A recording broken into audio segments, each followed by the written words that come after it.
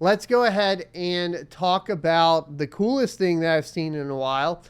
And ever since the launch of the new consoles, pretty much the hot topic was, are people mining on them? Can you mine on them? We've seen mining farms, presumably pictures of mining farms from like Russia that I can't verify, of a whole bunch of PS5s mining Ethereum.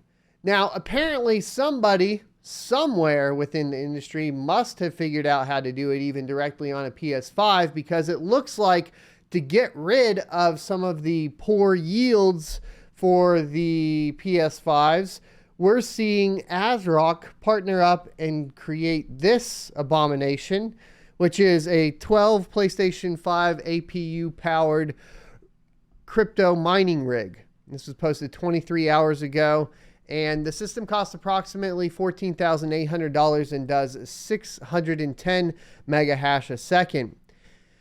It says a fully certified and tested $14,000 ASRock crypto mining server made in collaboration between ASRock and AMD has been spotted by Twitter's Komachi. Most interestingly, the system features 12 AMD BC250 APUs that push it to a surprisingly powerful 610 mega hash a second. So one of the things I wanted to point out is there are 12 of them in there for 610 mega hash a second. So presumably what you're really looking at for the PS5, from what I could tell, is not anywhere near that 100 mega hash a second, presumably, that people had thought early on. Sounds like it's more around 50 to 52 mega hash a second, which would line up probably right on par with a 5700 XT, which would totally make sense in my humble opinion. The Twitter tipster thinks they might be the PS5 Oberon processor castoffs, and we too have heard the same story from a source familiar with the matter. This all means that AMD has apparently found yet another use for its defective PS5 silicon, in addition to the AMD 4700S that they've already reviewed.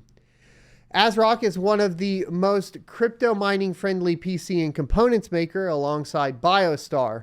Perusing its site, you will find crypto purposed motherboards as part of its BTC Plus series, which we've reviewed on this channel. And frankly, I use a ton of ASRock H110 Pro BTC motherboards. They're super solid motherboards, been using them for years, since 2017. And I do have the ASRock H510, but we haven't reviewed it yet, primarily because I was trying to find a case from AliExpress. I ordered one. It didn't really come in, so I don't know if I just have to order another one, try to cancel that, or what's going to happen there. But I wanted to do it a little more along those lines, as opposed to just throwing it together. But that being said, let's just continue. However, it makes crypto mining servers too, and sells bare bones and fully populated servers to favored customers.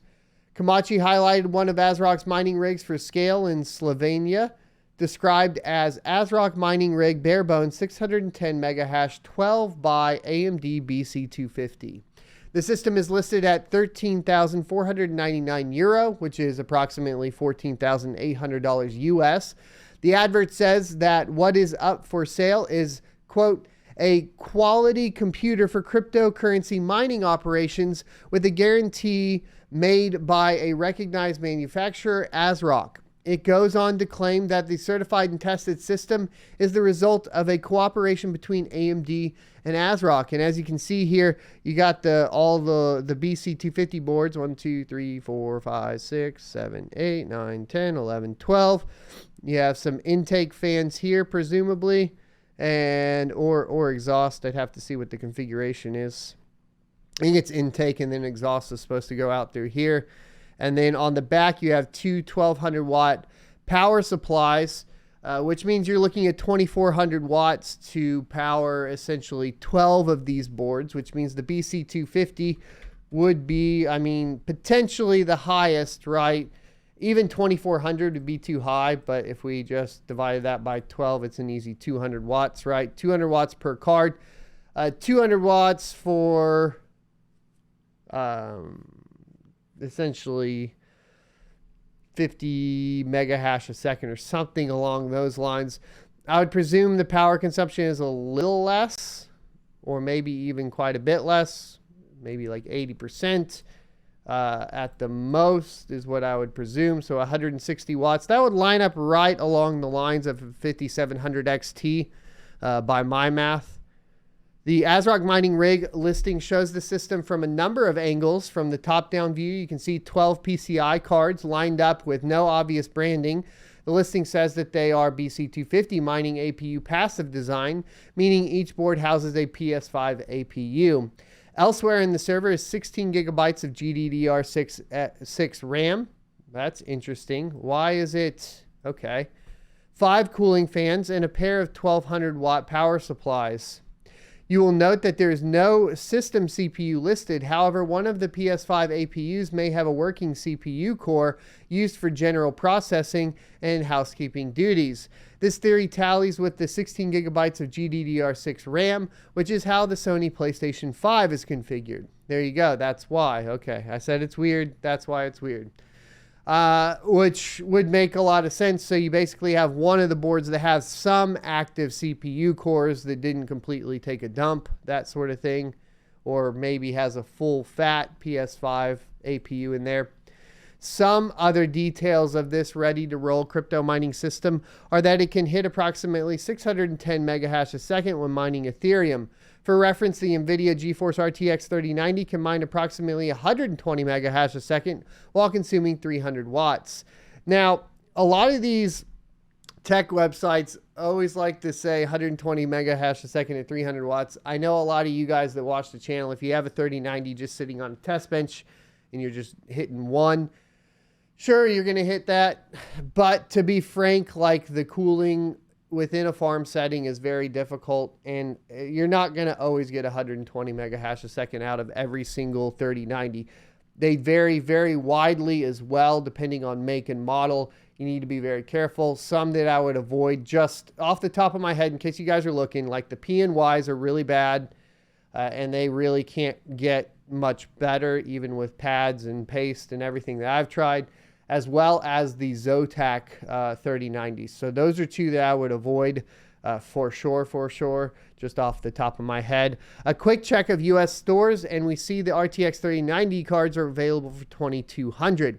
To match performance of the ASRock server, you'll need about 5 of those cards, which would be about $11,000 US dollars plus other components, like powerful GPUs that ensure 1500 watts for the GPUs alone. And I think they mean here, of course, the power supplies, PSUs, to ensure the 1500 watts for the GPUs alone. That's fair enough, right? So you're going to spend a couple $100 on that through Parallel Miner, whatever. It's still not going to, I mean, it would still, if you can get those hashing reliably, I think this setup with the partnership between AMD and so on, plus the fact that these are probably going to run significantly cooler just in general, I think this would be more reliable than a rig of 5 3090s, but it comes at a price premium, right? The AMD BC250 appears to be a known entity in the crypto mining world. For example, an ETH mining profitability calculator site in Norway lists a single BC250 as being capable of over 50 megahash a second, which tallies with the ASRock server advert. It adds that running one of these APUs in a mining capacity will make about $3 a day, depending on your electricity costs and the ever-changing value of ETH. Rather than surplus PS5 APUs being used in crypto mining, some would prefer that these APUs with active and working RDNA 2 graphics cores were used in the AMD 4700S and 4800S desktop kits or similar. Despite recent valuation gains, ETH mining is increasingly difficult, taking the edge off its attractiveness to GPU miners. Moreover, it is expected to transition to proof of stake in the coming months, making investments like $14,800 in the headlining ASRock crypto mining rig seem nonsensical. Of course, it does, but we also don't know what this does on everything else. What does it do? Obviously, Ethereum Classic going to do the same thing. It'd be really curious to see how it performs on some of the more core intensive algorithms, depending on like how bad, I guess, the individual boards are. on the core side, how bad the sampling was coming off of it.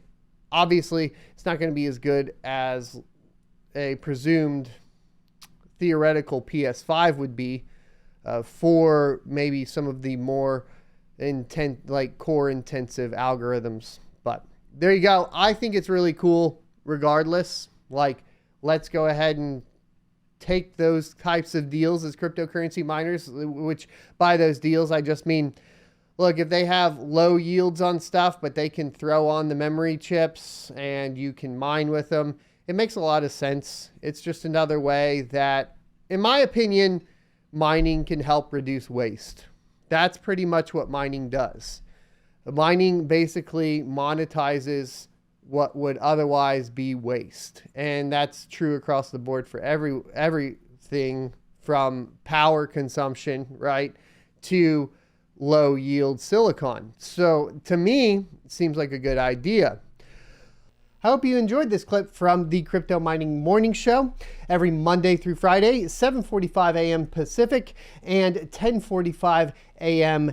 Eastern Time. You can check out more clips here, or if you're interested in checking out the entire live show, you can check that out down here. Thanks for watching, and I'll see you next Tuesday.